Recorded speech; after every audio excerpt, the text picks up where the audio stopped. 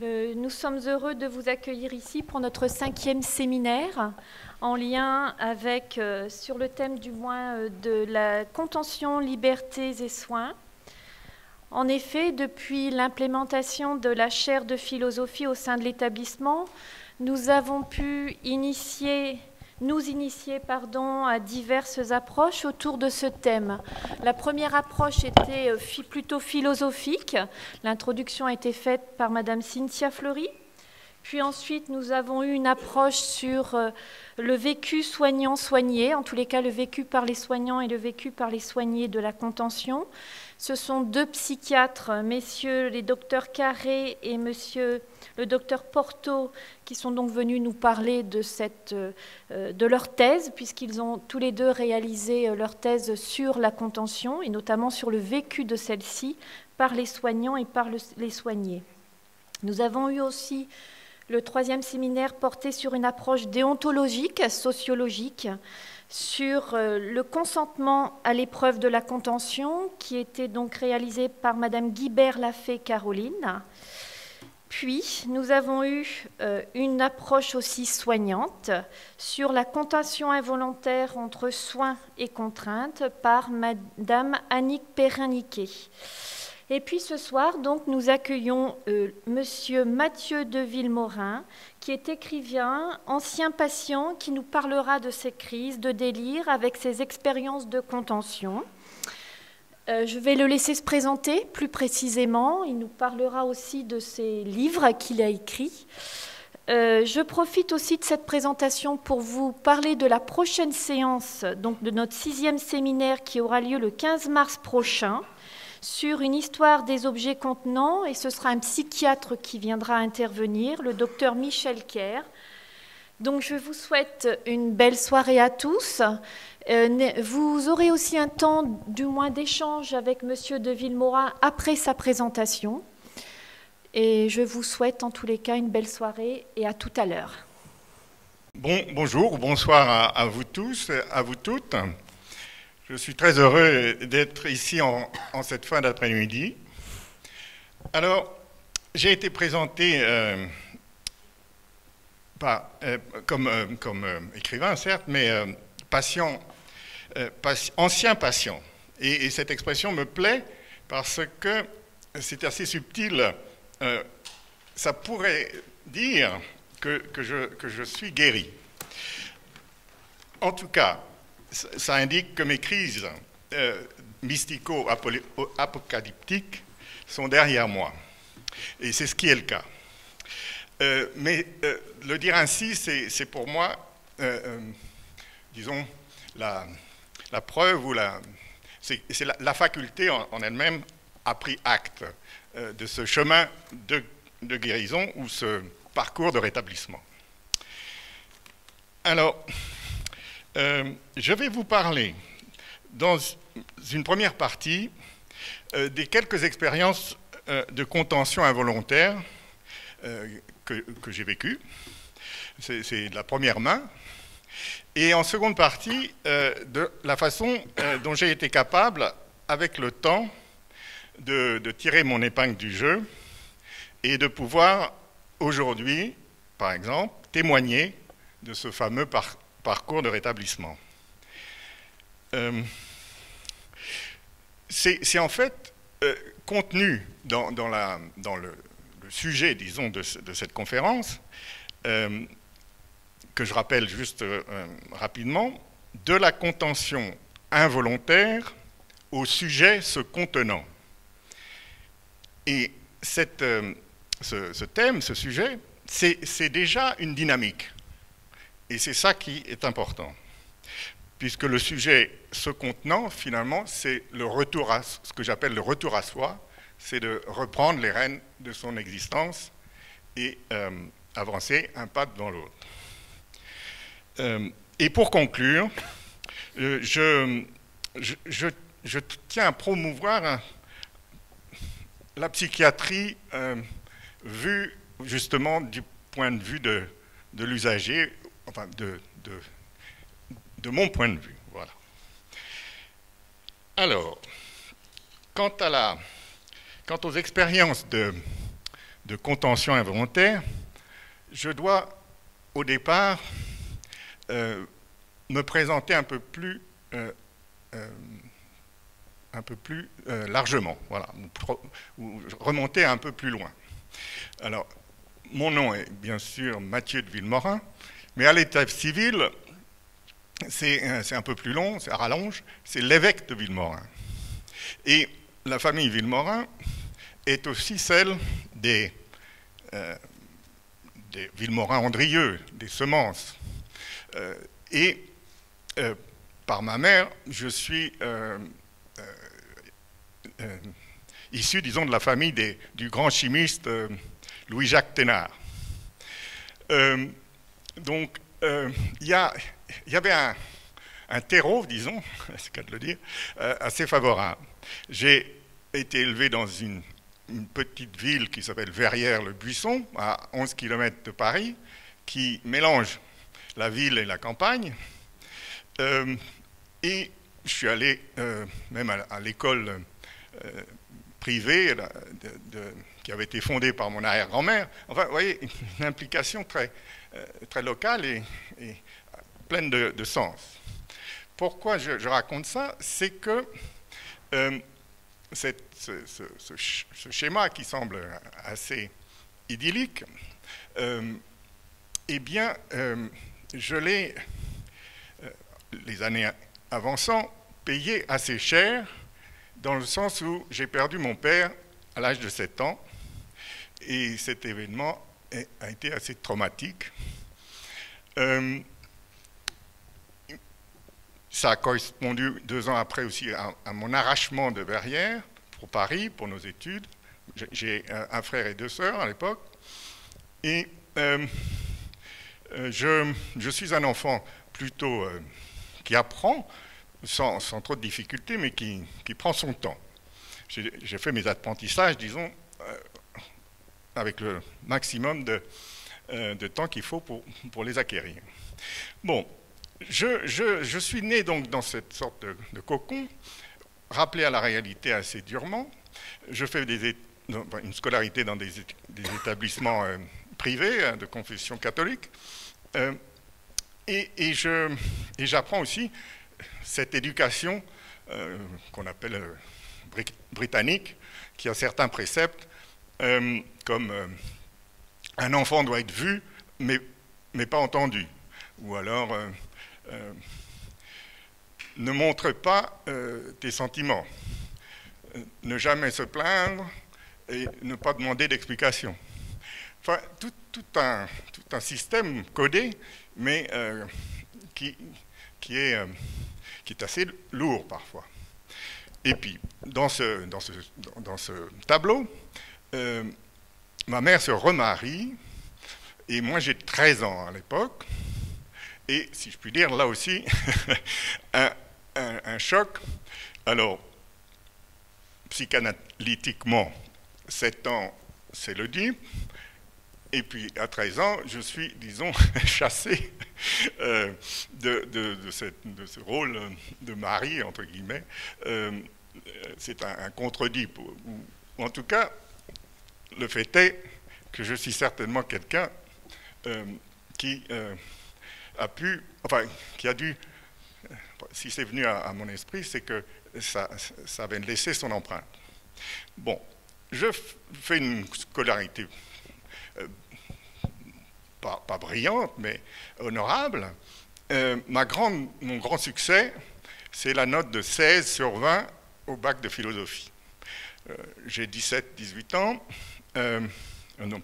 tout juste 18 ans plutôt, et le sujet qui est le mien, c'était peut-il avoir raison contre tous?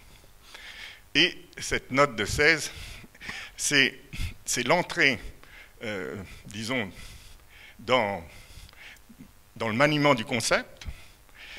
C'est peut-être la gamberge qui commence, mais c'est aussi le remède. C'est très, très important pour moi. Alors, j'ai donc 18 ans, j'obtiens mon bac B. J'étais à l'école Saint-Martin de France, à Pontoise, en tant que pensionnaire. Et au lieu d'aller vers ce qui me plaisait, j'ai abouti, disons, en droit, à Assas, quelque chose de très classique, et je m'ennuie à Saint-Soudeleur. C'est vraiment, pour moi, une sorte de voie de garage. On ne voit pas du tout les débouchés.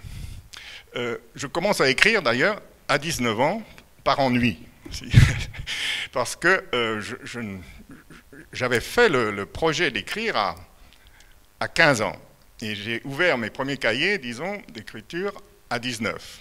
Mais c'est le déclic de l'ennui et de ce que je faisais à l'époque qui enfin s'enclenche, une sorte de logique. Je fais 2 années de droit. Pas 2 premières années, mais je passe la première et j'échoue à la 2e année. Et je me dis que j'échouerai de la même manière si je retente une deuxième année. Donc, je résilie mon sursis et je suis appelé sous les drapeaux.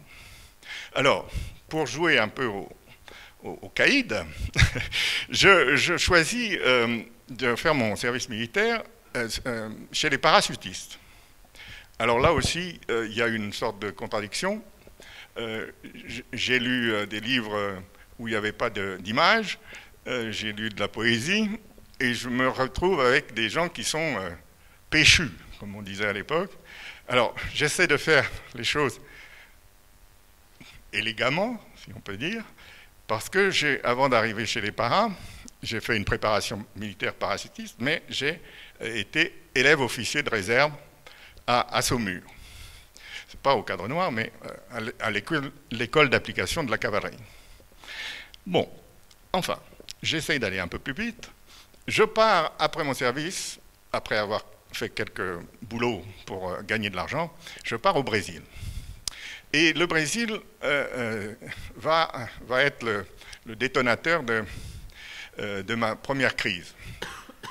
Je pars en octobre 1982, et j'arrive à Rio. Je suis accueilli par un ami. Je pars faire le tour de cet immense pays, c'est 17 fois et demi la France. Je monte vers le nord, je vais à Recife, Natal, Bahia, bien sûr, enfin, São Luís, il y a tout, Manaus, Brasilia, São Paulo, Porto Alegre au sud.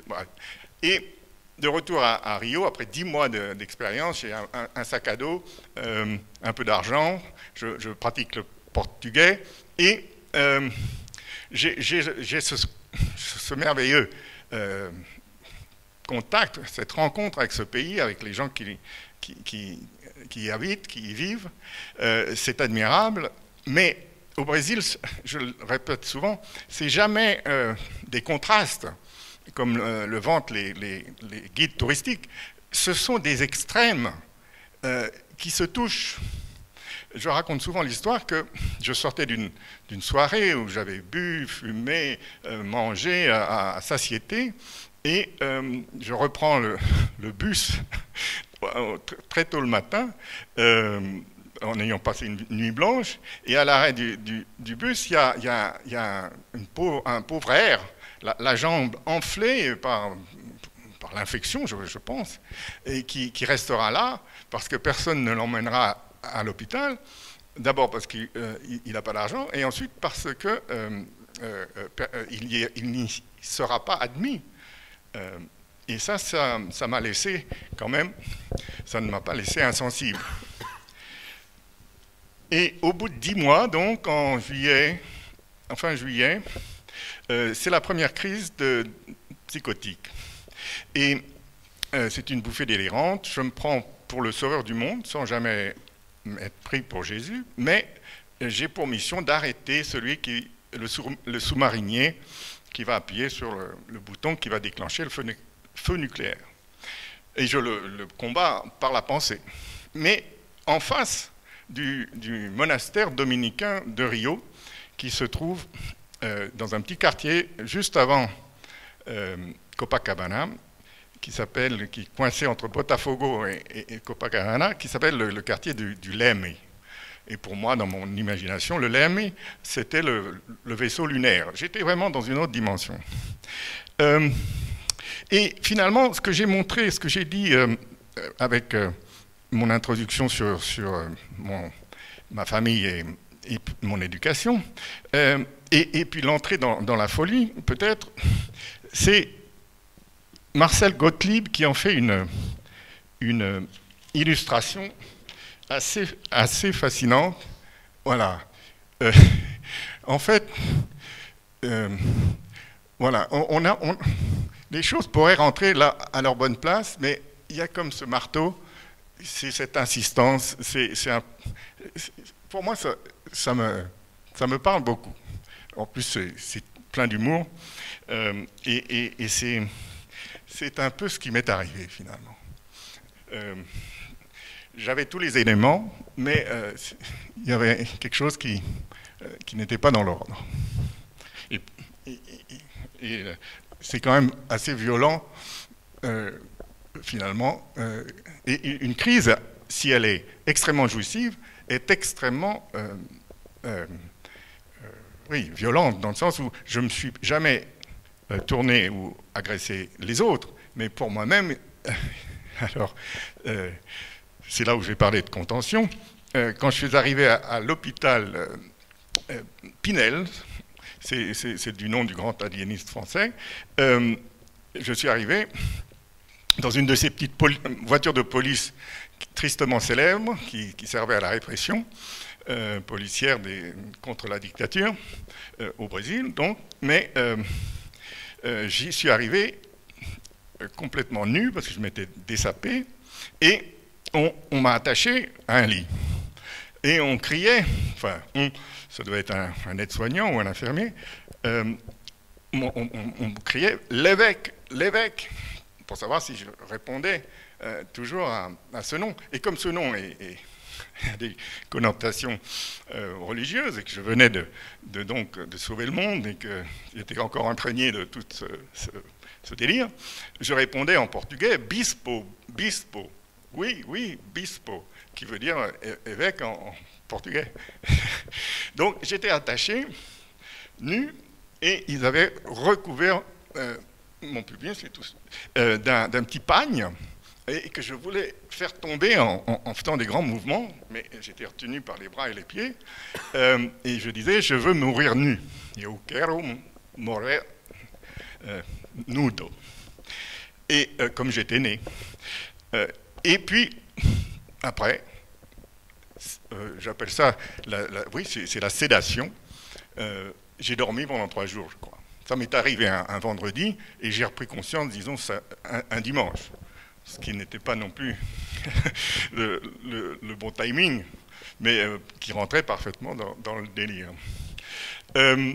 Donc ça, c'est une première expérience. Je reviens en France. Je suis hospitalisé et par un concours de circonstances, puisque je n'avais pas fait une deuxième année de droit et que je rentrais dans les cases, je suis admis à la clinique Dupré, à Sceaux, qui appartient justement à la Fondation des étudiants de France et qui permet aux étudiants de poursuivre leurs études s'ils ont des problèmes psychiques. Je suis resté 3 jours à l'université, mais j'avais la prise en charge et je n'étais pas chez ma famille.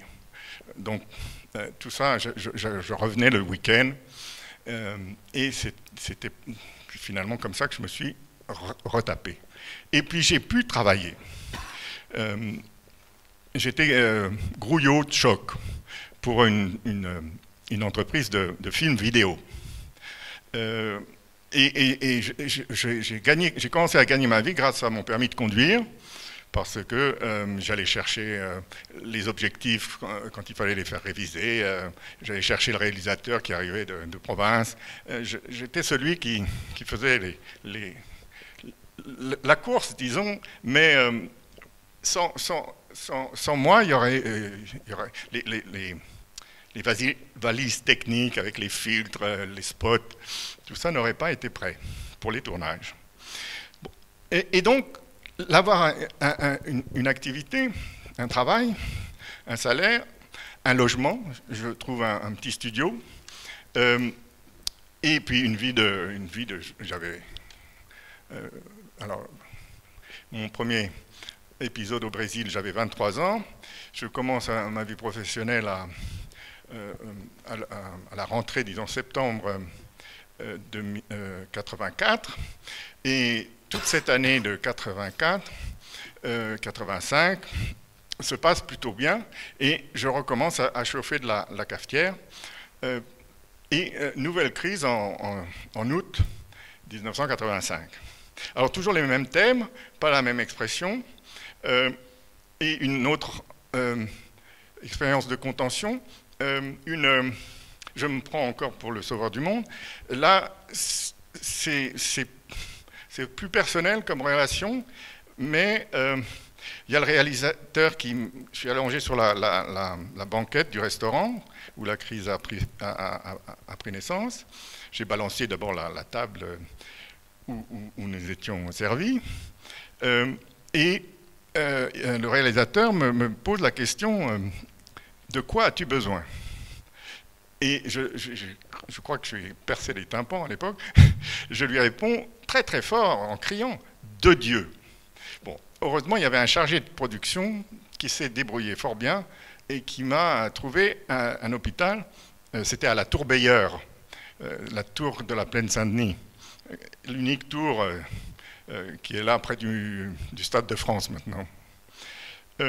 Il me trouve un hôpital privé, une clinique privée, mais à côté du lieu de la crise. Donc je n'ai pas eu une errance pour trouver l'établissement où je serais hospitalisé. Et c'est mon frère qui signe l'hospitalisation pour un tiers. Et je lui en serai toujours reconnaissant. J'ai du mal à comprendre pourquoi les gens de la famille, quand ça leur arrive, ne prennent pas cette décision parce que j'allais recevoir des soins, j'en avais besoin, et je ne lui ai bien sûr pas du tout voulu, au contraire. C'est mon frère aîné, il a fait ce qu'il devait faire. Ça, si on peut aujourd'hui dire qu'il n'y a pas de culpabilité à avoir, à signer une de ces... C'est pas agréable à le faire, sans doute, mais c'est ne pas se sentir coupable. Ça, c'est une première chose. Bon, alors, expérience de contention pour la deuxième crise, peut-être pas. Mais j'ai dû quand même être sur je ne sais pas comment ça s'appelle, le brancard de l'ambulance. J'ai dû être maintenu. Mais je n'étais pas trop turbulent. Pendant la crise, j'avais quand même... Je m'étais dévêtu, encore une fois. J'avais fermé les yeux. On m'avait dit, oh, tu devrais ouvrir les yeux, il y a une jolie fille, hein, ça te ferait du bien. Mais j'ai continué à fermer les yeux. Et on m'a dit aussi, enfin j'ai entendu, ah, celui-là, il est fini. Et je ne l'ai jamais rencontré de nouveau, mais ça m'est resté, et je me suis dit, je vais lui montrer qu'il a tort.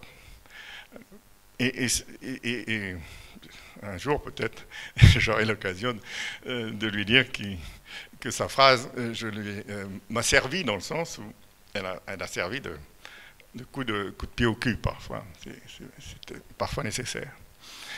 Mais le plus drôle, oui, en effet, c'est que je suis accueilli à la clinique de Épinay-sur-Seine, et le dernier acte médical avant ses congés d'été, c'est de me faire une piqûre et me dire « c'est pas grave, ce n'est qu'une bouffée délirante, tout va bien ». Et qui a fait cette piqûre? C'est le docteur Christo Doulou. Alors, moi qui venais de délirer sur les douleurs du Christ, que j'avais endossé, entre guillemets, avoir eu ces deux phrases, disons, conjointement, et le fait que le diagnostic me soit donné directement comme ça, et j'en suis toujours resté là, ça a été un peu comme la dernière personne qui a dit dans la conférence précédente, vous allez vous en sortir. Ce genre de phrases qui sont importantes pour le patient à entendre. Alors, ça, nous sommes en la deuxième crise. Donc, à Épinay, une hospitalisation finalement assez courte, d'un mois à peu près, et puis la reprise du travail. Alors ça a été assez difficile. Bon, la première crise, 83, deuxième crise, 85, mais je réussis, grâce au boulot, à me retaper. En 87, alors, licenciement économique, il y avait et ça, c'est l'entrée dans une période de chômage, mais qui a un peu duré. Parce que en 88, alors ça se passe en septembre-octobre, nouvelle crise. Et là j'ai un peu douillé quand même, parce qu'il y a eu une errance. Toujours les mêmes thèmes, sauver la planète, sauver le monde, mais je le fais dans une église, à Saint-Augustin, à Paris. Alors là, je ne me dénude pas, je suis accroché au bar de communion, enfin, et j'attends, disons, la venue des extraterrestres. Je ne sais pas si c'est une fusée, ou et où ils sont dedans, ou si c'est la fusée elle-même qui est animée. Je vois des choses très, très bizarres. Je pense qu'il faut se cracher dessus pour se dire bonjour. Ou alors, je pense qu'il faut présenter ses morts pour acte de bienvenue ou d'accueil à ces fameux extraterrestres. C'est assez... Mais le pauvre curé, il prévient une petite station un petit poste de police tout près de Saint-Augustin, qui m'embarque sur une civière, enfin un pancart, et il faut 4 hommes. Je crois que je suis même ficelé sur cette pancarte. Et je sors de l'église, et c'est comme un rebirth un peu. Je sens mon corps comme il est, mais tout mouillé, et tout petit, disons, mais avec cette même densité. Et là, je suis trimballé à la Riboisière, je crois, au nord de Paris. Et il y a une petite unité psychiatrique, mais qui est complète. Je passe... avant ça, j'étais dans la cellule de dégrisement de ce petit poste de police. Après, je vais à l'IPP. Je passe une nuit à l'Institut psychiatrique de la police de Paris, de la préfecture de la police de Paris. Et je n'arrive que le lendemain à Sainte-Anne. Comme j'habite le 15e, c'est finalement Sainte-Anne qui est de mon secteur à l'époque. Donc ça, c'est quelque chose. Mais j'ai toujours gardé une sorte de détachement par l'humour, disons. On m'apporte mon dîner, il y avait des prunes au sirop, et j'en laisse, il y en avait 3 ou 4, j'en laisse une que je ne mange pas donc, et j'avale les noyaux, après avoir mangé les prunes. Et je voulais interpeller que le surveillant se pose une question, savoir où étaient les noyaux. C'est des petits détails comme ça qui me faisaient quand même supporter cette contention. Alors, ça, nous en sommes à la 3e crise. Elle a lieu en 88, pardon, 88, voilà, en octobre 88. Et après, pour retrouver du travail, ça a été difficile. J'étais encore sous le chômage, mais j'avais quand même réussi à obtenir l'allocation spécifique enfin, une allocation. Mes allocations chômage étaient finies, j'avais droit à l'allocation spécifique de... je ne sais plus le terme. Non, tout ça c'est via les... alors, je reviendrai là-dessus, mais c'est une allocation qui vient après la fin des allocations chômage. Si on a travaillé 5 ans sur une période de 10 ans, ce qui était mon cas. La remontée a été très dure, parce que je ne travaillais pas, justement. Et pour raccrocher le wagon, j'ai été coursier à moto, enfin à mobilette. J'ai acheté un Peugeot 104, un petit 49.9, mis une caisse en alu derrière et j'ai trouvé un emploi de coursier. Et ensuite, il faisait très froid, c'était quand même l'hiver. J'ai heureusement pu travailler, toujours grâce à mon permis de conduire, comme chauffeur de grande remise. Ça veut dire location de voiture avec chauffeur. Alors, on passe une visite médicale comme les taxis, mais à la question avez-vous eu des problèmes d'épilepsie ou des évanouissements ou des... J'ai pris mon meilleur sourire et j'ai dit ben, non, pas du tout. Et heureusement, c'était un médecin plutôt jovial qui m'a pris pour un jeune homme de bonne famille qui faisait ça pour les extras du samedi soir. Alors j'étais peut-être un jeune homme de bonne famille, mais je faisais ça pour mon métier. C'était la seule façon que j'avais trouvée pour remonter la pente. Ensuite, c'est une période où le fait de travailler et justement d'être indépendant, d'avoir mon logement, de payer mon loyer, de m'assumer, je retrouve l'occasion de payer des impôts, ce qui n'était pas le cas juste avant. Je suis vraiment réintroduit dans la vie de la société. En 90, je perds cet emploi.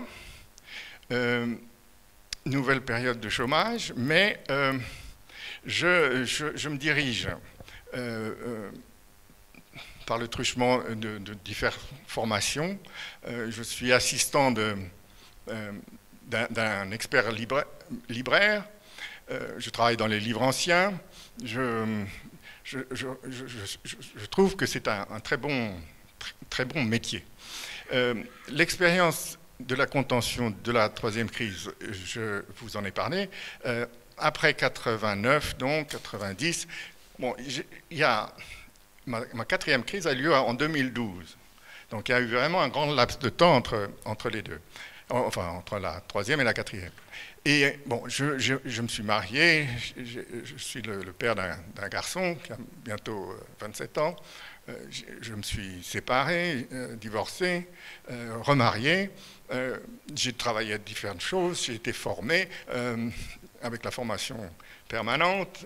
J'ai passé un CAP ou BEP d'agent d'entretien des bâtiments parce que je trouvais que je disais l'ergothérapie, c'est une façon de se raccrocher au réel. Parce qu'on ne gamberge pas quand on bricole, sinon, enfin, quand on travaille de ses mains, parce que sinon on se blesse. Et puis après, j'ai été formé à devenir formateur d'adultes. Et bon, il y a vraiment eu un grand laps de temps. Et c'est en 2012 que paraît Fou et folle, alors je ne sais pas si on peut le trouver. C'était la couverture de la première édition. Voilà, et le dessin central est de moi, et ça pourrait être un mandala ou une coupe, je ne sais pas comment on les appelle, transversale ou horizontale d'un cerveau, mais avec des méninges très, très développés. Mais en 2012, ce que je rencontre, c'est le stress positif, finalement. J'y suis parvenu, j'ai écrit mon livre. Je travaillais à l'époque comme employé chez Schizowi, faire face à la schizophrénie, parce que j'adhère à la famille des schizophrènes, pas tant par la bouffée délirante, qui est un peu à part, mais par la souffrance qu'ont les schizophrènes et que j'ai combattu justement à raccrocher leur wagon au train de la vie. C'est comme ça que je m'exprime. Le fait de travailler comme coursier, comme chauffeur, c'était la seule chose que j'étais capable de faire. Avant de pouvoir se réinsérer ou être inclus, il faut restaurer son employabilité. Ou alors choisir d'autres voies. Ça peut être... Il y a plusieurs façons de trouver une inclusion. C'est le sport, par exemple les handisports, ou la culture. Mais moi, j'avais choisi cette voie qui est aussi bonne que d'autres, du travail, mais j'ai fait ça par échelon. Et le plus dur était de se réveiller. Mais un travail, ça donne un cadre et ça permet justement de ne pas rester au lit. Ce qui était ma propension une des plus fortes.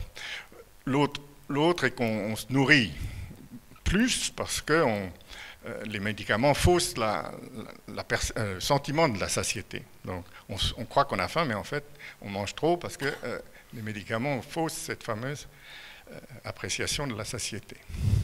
Bon, alors c'est tout plein de chantiers qu'il faut reprendre et reprendre en main pour s'en sortir, disons. Mais ces expériences de la contention, j'ai été un peu rapide, j'ai fait un tableau plutôt succinct. Je regarde l'heure. Tout va bien? 20 minutes. D'accord. Vous aurez l'occasion de me poser plus de questions si vous le souhaitez. Mais voilà, quand on cherche oui, moi au lieu d'empowerment, j'utilise la restauration de l'estime de soi. Il faut donc travailler sur tous les champs qui vous sont donnés. Je parlais du logement, j'avais un studio, et c'était ma tanière. Heureusement, je vivais seul, mais c'est le système de la coloc ne me serait jamais venu à l'esprit. Alors, j'ai parlé beaucoup du travail, mais il faut aussi dire que j'ai pu conserver ou j'ai entretenu ma sociabilité avec ma famille, avec mes amis. J'allais souvent au cinéma. C'était un lien très fort d'amitié entre... Il y a eu un tri. Voilà, il y a le noyau qui est resté, puis beaucoup de gens qui n'ont pas suivi, disons. Mais je ne leur en veux pas spécialement, ils n'avaient pas les clés. Bon. Mais une fois qu'on est vraiment dans ce marasme d'après-crise, malgré, je vous disais, la montée vers la crise, et la crise elle-même extrêmement jouissive, on se retrouve tellement vidé qu'on n'a plus vraiment cœur à se ressaisir. Voilà. Et quand j'étais travailleur social, parce que la formation de formateur d'adultes m'a mené à un métier proche de conseiller en insertion professionnelle, c'était formateur en technique de recherche d'emploi. Alors, je disais souvent à ceux qui bénéficiaient des dispositifs pour lesquels ils avaient été inscrits et qu'ils venaient me voir, qu'ils n'étaient pas des chercheurs d'emploi, mais des trouveurs d'emploi. et cette façon que j'avais de les considérer, voilà, était celle que j'aurais souvent voulu avoir, que mes employeurs différents aient pour moi. C'est très important, cette idée de ressaisir, de considérer et de retrouver chez l'autre, comme chez soi, la dimension d'une personne unique, qui est une et pour ça précieuse. Donc, la quatrième crise se passe en 2012, après tout ce que je viens de raconter. Je suis déjà remarié. C'est le succès, finalement, qui m'est monté à la tête. Mais il y avait toujours encore une dimension mystico-délirante. Il y a dans ces crises une leçon, disons, que j'ai fini par apprendre. C'est que je vous parlais du logement, du travail, de la vie de famille, de la vie amicale, les amours aussi, le soin de l'hygiène de son corps, tout ce qui fait qu'on est debout, homme dans la vie ou dans la cité. Mais j'ai considéré que si j'étais suivi pour ma propension à l'imaginaire et pour mon moral, je devais aussi chercher des explications pour ce mysticisme délirant. Et j'en ai parlé à mon Toubib, qui m'a dit, mais vous allez voir les gens dont c'est le métier. Moi, je m'occupe justement de votre imaginaire et de votre morale.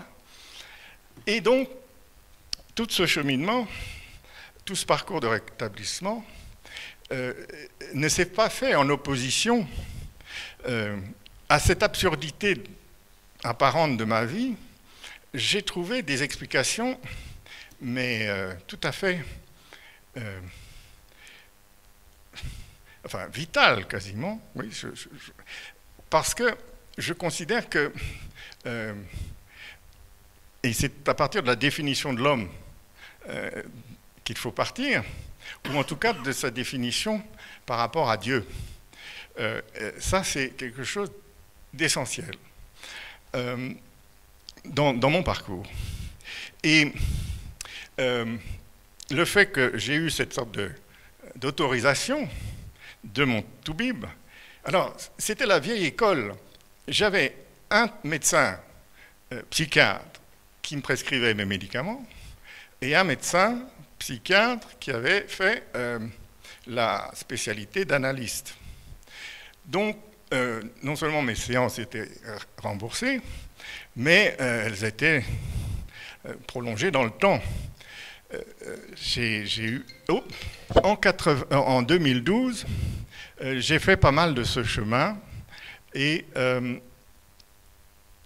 c'est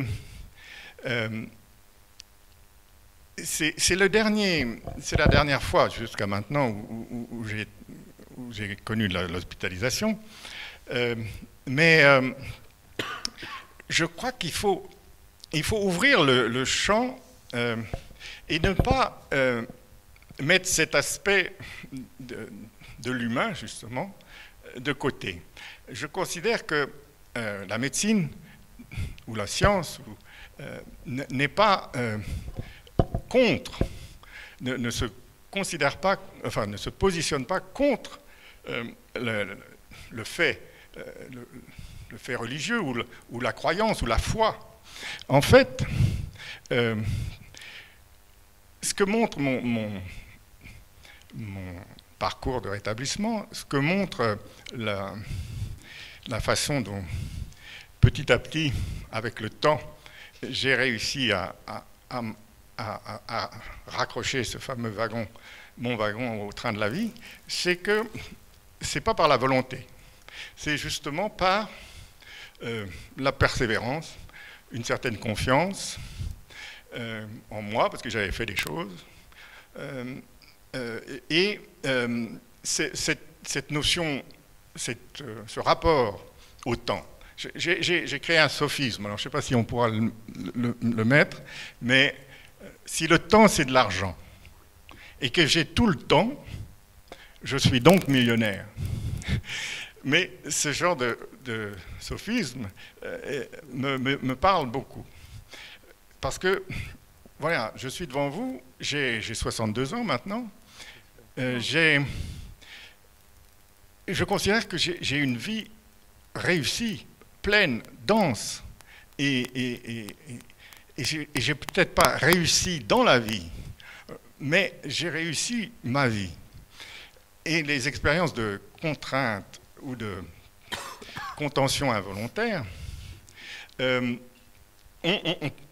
ont été, disons, un élément de cette réussite. Alors, pendant la 4e crise, la dernière donc, j'ai connu la chambre d'isolement. Voilà, je voulais terminer là-dessus. C'est-à-dire que c'était un dimanche soir, peut-être, oui, mon livre est paru en septembre, j'ai eu la crise un peu avant Noël, donc il devait y avoir des manques de personnel parce que c'était des vacances, donc un peu agité, mais on me met dans cette salle d'isolement à Bure-sur-Yvette, dans le secteur où j'habite. Et c'est une nuit où je me retombe sur mes pattes. Je continue à délirer. J'avale ma croix. J'ai une croix autour du cou. Je ne sais pas si vous pouvez la trouver. Voilà. Ça, c'est mes dents qui ont fait cette marque. Ça, c'était pendant la 2e crise. Et à la 4e, j'avale cette croix. Il y a une radio voilà. Enfin, elle est dans l'autre sens, disons, et il a fallu aller la chercher par endoscopie. Bon, je veux dire que cette chambre d'isolement a été finalement la meilleure chose, parce que je n'ai pas été sédaté. Alors Lacan, j'emprunte ça à lui, disait épuiser le délire. Et c'est vrai que durant toute cette nuit, la tension nerveuse est descendue et mon aptitude à raisonner, disons, clairement, s'est remise d'aplomb. C'est donc tout à fait en confiance, disons, que j'ai toujours vécu mes troubles psychiques. J'ai jamais demandé à voir mon dossier. J'avais une alliance thérapeutique avec ce toubib dont je vous ai parlé, psychanalyste, mais avec le chimiatre, comme on l'appelait parfois, aussi.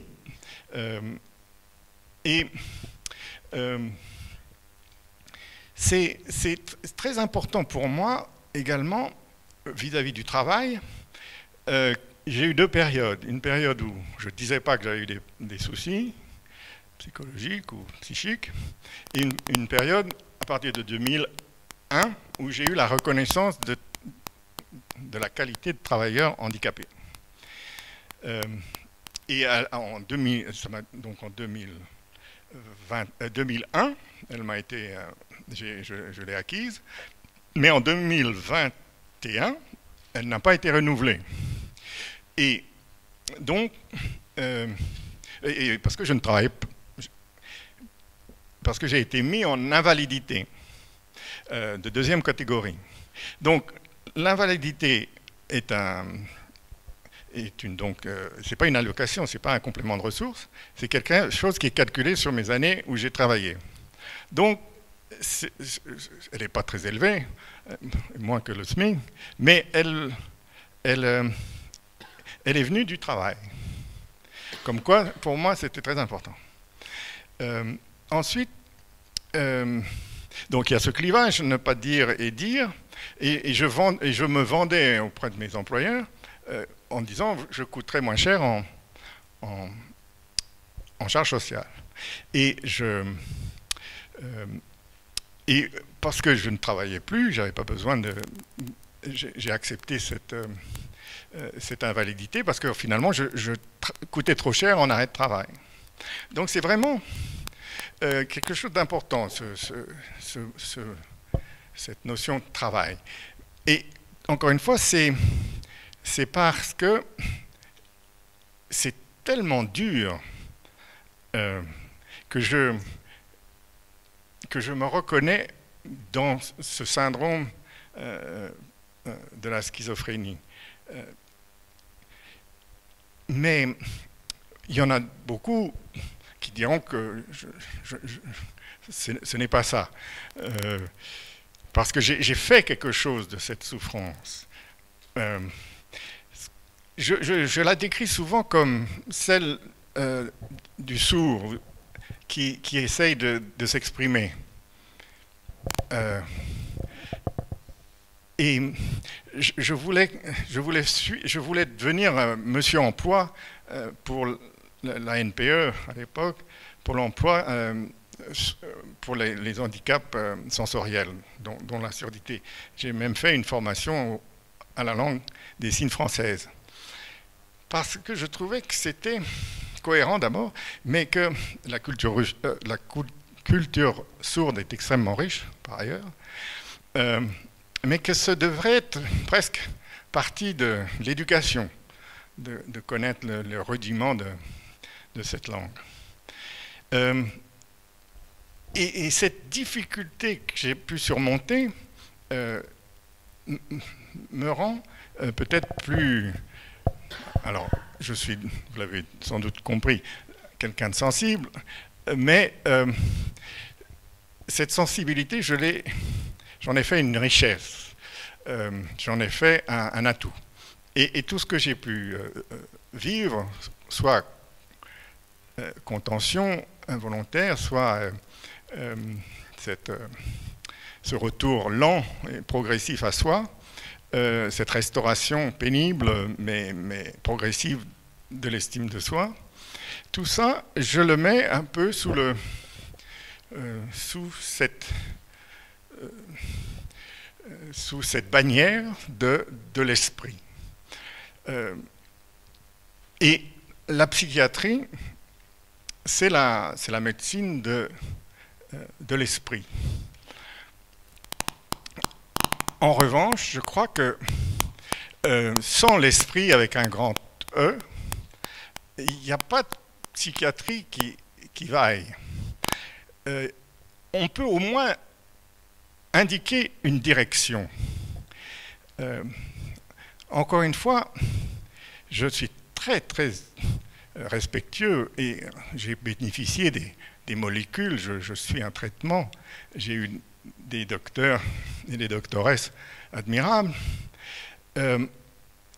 mais pour moi, ce qui fait la cohésion de tout ce qui fait un homme ou une femme, je veux dire, ce qui fait notre essence, et pourquoi j'ai pu donner un sens à cette absurdité que sont cette vie souffrante, c'est que justement, je n'ai pas gardé de ressentiment et que je suis allé de l'avant. L'important, c'est de conserver une dynamique. Alors, il y a un proverbe chinois qui dit « Ne craignez pas d'être lent, craignez seulement d'être à l'arrêt ». Et ça, c'est très très juste. On conservait une dynamique, c'est peut-être avancer de 2 pas, reculer d'1 pas, on a toujours fait un pas. C'est pour ça que je parle de la notion du temps. Et le rapport à l'argent aussi est très différent. Comme je vous l'ai dit au départ, je suis d'un j'aime pas le terme, mais on va l'utiliser quand même, d'un milieu privilégié, où il est impoli de parler d'argent, mais où il est naturel d'en avoir. Moi, j'ai pris, disons, la tangente. J'ai eu des métiers de service, j'ai jamais été augmenté, et je crois que j'ai jamais dépassé 1500 ou... bref, 1500 euros. Mais c'est pour moi la garantie de justement d'apprécier le temps aujourd'hui comme un présent. On appelle ça le présent, c'est parce que c'est un don. Mon unité de mesure, c'est le jour.